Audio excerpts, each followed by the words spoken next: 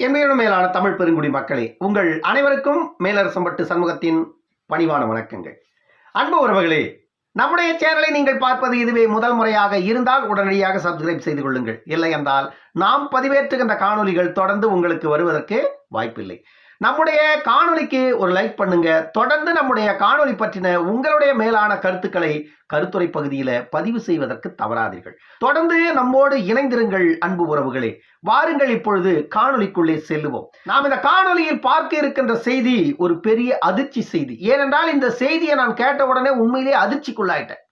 மு.க. ஸ்டாலினை காரி துப்பிய பொன்முடி அதே வேகத்தில் மு.க. அழகிரியின் காலில் விழுந்ததின் உள்நோக்கம் என்ன என்ற கேள்வி தமிழ்நாட்டில் உள்ள சாமானிய மக்கள் கூட கேட்க ஆரம்பித்திருக்கிறார்கள். ஏன் பொன்முடி அவர்கள் இவ்வளவு தவறாக, இவ்வளவு இழிவாக, இவ்வளவு கீழ்த்தரமாக நடந்து கொண்டார் மு.க. ஸ்டாலினிடம் என்ற ஒரு கேள்வியை மக்கள் முன்வைக்கிறாங்க. ஆனா அந்த கேள்விக்கு பதில் எங்கிருந்து வரணும்? பொன்முடி கிட்ட இருந்து வரணும். பொன்முடி கிட்ட இந்த சூழ்நிலை அதற்கான பதில் வருமானா வாய்ப்பு இல்லை. காரணம் என்னன்னா, பொன்முடி தமிழக சட்டமன்றத்தில் ஒரு மூத்த அமைச்சர். அவர் 6 முறை தமிழக சட்டமன்றத்திற்குள்ள சட்டமன்ற உறுப்பினராக செயல்பட்டு இருக்கிறாரு. அதே போன்று பல துறைகளின் அமைச்சர்களாக செயல்பட்டு இருக்கிறாரு. அதே போன்று கருணாநிதியோட அமைச்சரவையிலையும் அமைச்சராக செயல்பட்டு இருக்கிறாரு. இப்ப ஸ்டாலினோட அமைச்சரவையிலையும் அமைச்சராக இருக்கிறாரு. இப்படி தொடர்ந்து திமுகவின் ஆட்சி காலத்துல தொடர்ந்து அமைச்சராக இருக்கின்ற பொன்முடி அவர்கள் ஒரு ஊழல் வழக்குல மாட்டிக்கிட்டார். அந்த ஊழல் வழக்குல மாட்டிக்கிட்ட பொன்முடி அவர்களை காப்பாற்றுவதற்கு மு.க. ஸ்டாலின் அவர்கள் தவறிவிட்டாராம். சமீபத்தில் பொன்முடி அவர்களுக்கு 3 ஆண்டு சிறை தண்டனை, 50 லட்சம் அபராதம் அப்படின்னு பொன்முடி அவர்களுக்கும் அவருடைய மனைவிக்கும் தலா 3 ஆண்டு தலா 50 லட்சம்னு நீதிமன்றம் தீர்ப்பு கொடுத்தது. அந்த தீர்ப்பு வந்த நாள்ல தமிழ்நாட்டில் மு.க. ஸ்டாலின் இல்லை. அவர் டெல்லிக்கு பிரதமரை பார்க்க போயிருக்காரு. அதன் பிறகு மறுநாள் தான் டெல்லியில இருந்து சென்னைக்கு வராரு. சென்னையில மு.க. ஸ்டாலின் அவருடைய இல்லத்துல போயிட்டு பொன்முடி அவர்கள் சந்திக்கிறார். பொன்முடி அவர்கள் மு.க. ஸ்டாலினை சந்தித்த போது மு.க. ஸ்டாலின் அவர்கள், என்னால் எதையும் செய்ய முடியாது. நீங்கள் மூத்த அமைச்சர்கள் என்ற முறையில உங்களுக்கு நான் ஏற்கனவே பல முறை எல்லா உதவியும் நான் செஞ்சிட்டேன். ஆனால் இந்த நீதிமன்ற தீர்ப்பு விவகாரத்துல என்னால ஒன்றும் செய்ய முடியாதுன்னு மு.க. ஸ்டாலின் கை விரிச்சிட்டாராம். அதனால கோபத்துல காரி துப்பிட்டு வந்துட்டதாக ஒரு தகவல் வெளியாயிருக்கு.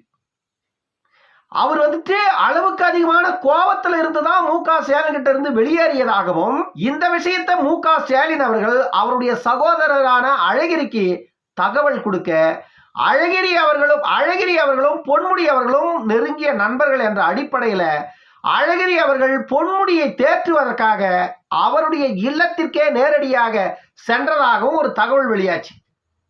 ஏனென்றால் 2 நாட்களுக்கு முன்பு பொன்முடி அவர்களை நேரடியாக மு.க. அழகிரி அவர்கள் அவருடைய வீட்டிலேயே சென்று சந்தித்தார் அப்படிங்கிற ஒரு செய்தி தமிழ்நாட்டில் பெரிய பரபரப்பை ஏற்படுத்தியது. அந்த செய்திக்கு பின்னால் இவ்வளவு பெரிய பரபரப்பு தகவல்கள் ஓடிக்கொண்டிருப்பது இப்பொழுதுதான் கசிய ஆரம்பித்திருக்கிறது.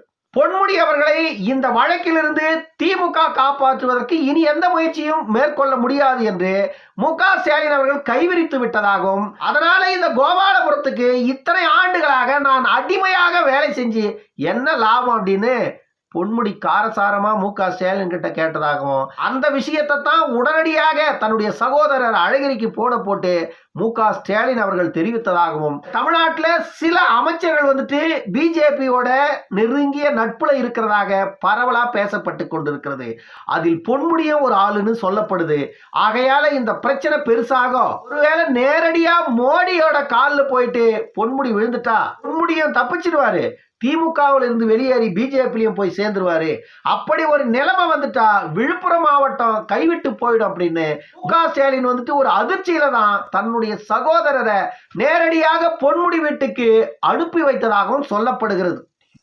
ஆனால் தமிழக அமைச்சரவையில் இப்பொழுது சீட்டிங் அமைச்சராக இருக்கிறவர்களில் செந்தில் பாலாஜி, பொன்முடி, ஏற்கனவே செந்தில் பாலாஜி சிறைக்குள்ள 5 மாசமா உள்ள இருக்கிறாரு. அப்படி இருக்கின்ற சூழ்நிலையில இன்னொரு அமைச்சரையும் உள்ள அனுப்புது திமுக. என்றால் செந்தில் பாலாஜி போதிய துணை இல்லாம அவர் மிகவும் மன உளைச்சல் இருக்கிறாராம் உள்ள. அதனால நீங்க அவருக்கு உதவியா போய் இருங்க அப்படின்ற ஒரு தகவலை திமுக சொல்லாம சொல்லி இருக்கிறதாக சொல்லப்படுது. ஏனென்றால் இப்பொழுது பொன்முடிக்கு என்ன ஒரு கோபம் மு.க. ஸ்டாலின் மேல, எதனால இவர் அங்க காரி துப்பிட்டு வந்ததாக சொல்லப்படுது அப்படின்னா, செந்தில் பாலாஜி கைது செய்யப்பட்ட போது செந்தில் பாலாஜி விவகாரத்தில் மு.க. ஸ்டாலின் அவர்கள் நேரடியாகவே களத்தில் இறங்கி ஒரு வீடியோவை வேற பதிவேற்றி ஒரு பெரிய பரபரப்பை ஏற்படுத்தினார். நேத்து வந்த செந்தில் பாலாஜிக்கு இவ்வளவு பெரிய சப்போர்ட் நீங்க பண்ணீங்க அப்படின்னா, நான் இந்த இயக்கத்துல குறைந்தது 40 ஆண்டுகளா இருக்கிறேன். 6 முறை சட்டமன்ற உறுப்பினராக ஜெயிச்சிருக்கிறேன். 4 முறை அதுல அமைச்சரா இருந்திருக்கிறேன். கோபாலபுரத்துக்கு இன்னைக்கு வரைக்கும் விசுவாசியா இருக்கிறேன். எனக்கு நீங்கள் காட்டிய விசுவாசம் என்ன அப்படின்னு சொல்லிட்டு மு.க. ஸ்டாலினை பகிரங்கமாக எதிர்த்து பேசியதாக சொல்லப்படுகிறது. இப்படி மு.க. ஸ்டாலினுக்கும் பொன்முடி அவர்களுக்கும் ஒரு கடுமையான மோதல் நிகழ்ந்து கொண்டிருக்கின்ற இந்த சூழ்நிலையில தான் தமிழ்நாட்டில் இப்பொழுது அமைச்சர்களாக இருக்கின்ற மற்ற அமைச்சர்கள் எல்லாம் மு.க. ஸ்டாலினை நம்பி இனி எந்த பயனும் இல்லை. ஏற்கனவே 2 அமைச்சர்களை அவர் கைவிட்டு விட்டார். அந்த 2 அமைச்சர்களும் தமிழ்நாட்டின் அமைச்சரவையில மிக முக்கியமான இடத்தில் இருந்தவர்கள். இவர்களுக்கே அந்த கதினா இனி நம்ம நிலைமையும் அதோ கதிதான். ஆகையால உடனடியாக நமக்கான வழியை நாம அமைச்சுக்கணும்னு சொல்லிட்டு இருக்கிற அமைச்சர்கள்லாம் தங்களை உஷார்படுத்திக் கொள்வதற்கு அவர்களுக்குள்ளே ஒரு உள்ளரங்கு கூட்டத்தை போட்டு அமைச்சர்கள் எல்லாம் மு.க. ஸ்டாலினுக்கு எதிராக ஏதோ ஒரு பகிரங்க முடிவை எடுப்பதற்கு தயாராகி கொண்டிருப்பதாக ஒரு தகவல் திரைமறைவில் ஓடிக்கொண்டிருக்கிறது அப்படின்னு சொல்லிட்டு தமிழக அரசியல் வட்டாரத்தில் ஒரு பெரிய பரபரப்பு ஏற்பட்டிருக்கிறது. ஒருவேளை விரைவில் மு.க. ஸ்டாலினோட அமைச்சரவையே கவிழ்வதற்கான வாய்ப்பு இருப்பதாகவும் மு.க. ஸ்டாலின் அவர்கள் உடனடியாக இந்த அமைச்சரவையை கலைச்சிட்டு புதிய அமைச்சர்களை நியமனம் செய்வதற்கான வாய்ப்புகள் இருப்பதாகவும் சொல்லப்படுது. என்ன நடக்க போகுது தமிழ்நாட்டு அரசியல்னு நம்ம அவ்வளவு எளிதில் கணிச்சிட முடியாது. ஏன்னா ஏற்கனவே துரைமுருகன் வந்துட்டு வைத்தால போய் ஹாஸ்பிட்டலில் போய் படுத்திருந்து இப்பதான் வெளியே வந்திருக்காராம்.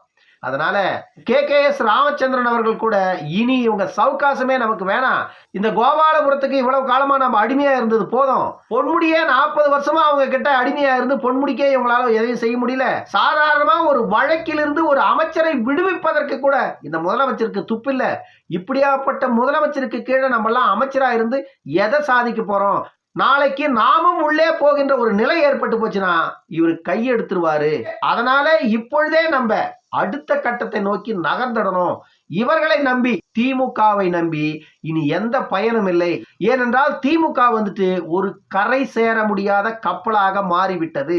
இனி இந்த கப்பல் எந்த நேரத்திலும் முழுகும் அபாயத்தில் இருக்கிறது அப்படின்னு சொல்லி திமுகவில் இருக்கின்ற அமைச்சர்கள் எல்லாம் மு.க. ஸ்டாலின் அவர்களுக்கு எதிராக ஒரு உள்ளரங்கு கூட்டத்தை போட்டு அவர்கள் தன்னிச்சையாக ஒரு முடிவை எடுத்துக் கொண்டிருப்பதாக சொல்லப்படுகிறது.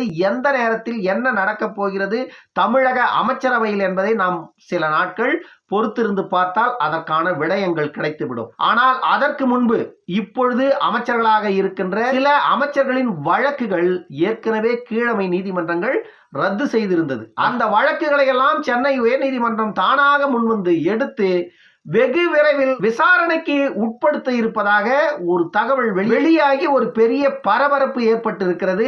இதனால அமைச்சர்கள் எல்லோரும் நிம்மதி இல்லாம தூக்கம் இல்லாம மு.க. ஸ்டாலினை நம்பி நாங்க நடுக்கடல நின்னுட்டோம்னு புலம்பிட்டு இருக்கிறதாக சொல்றாங்க. எப்படியோ 2024 தேர்தலுக்கு 39க்கு 0 ஆகிறதுக்கான வாய்ப்புகள் இருப்பதாகவே இப்பொழுது நடந்து கொண்டிருக்கின்ற அரசியல் கள நிலவரங்கள் நமக்கு சொல்லுது. என்னதான் நடக்க போகிறது 2024 பாராளுமன்றத்துல? அதுக்குள்ள எந்தெந்த அமைச்சருங்க உள்ள போவாங்க? திமுக அமைச்சரவை நீடிக்குமா என்பதையெல்லாம் நாம் பொறுத்திருந்துதான் பார்க்க வேண்டி இருக்கிறது. இன்னொரு காணொலியில் சந்திக்கும் வரை உங்களிடமிருந்து விடைபெற்றுக் கொள்வது மேலரசம்பட்டு சண்முகம். நன்றி, வணக்கம் அன்பு உறவுகளே.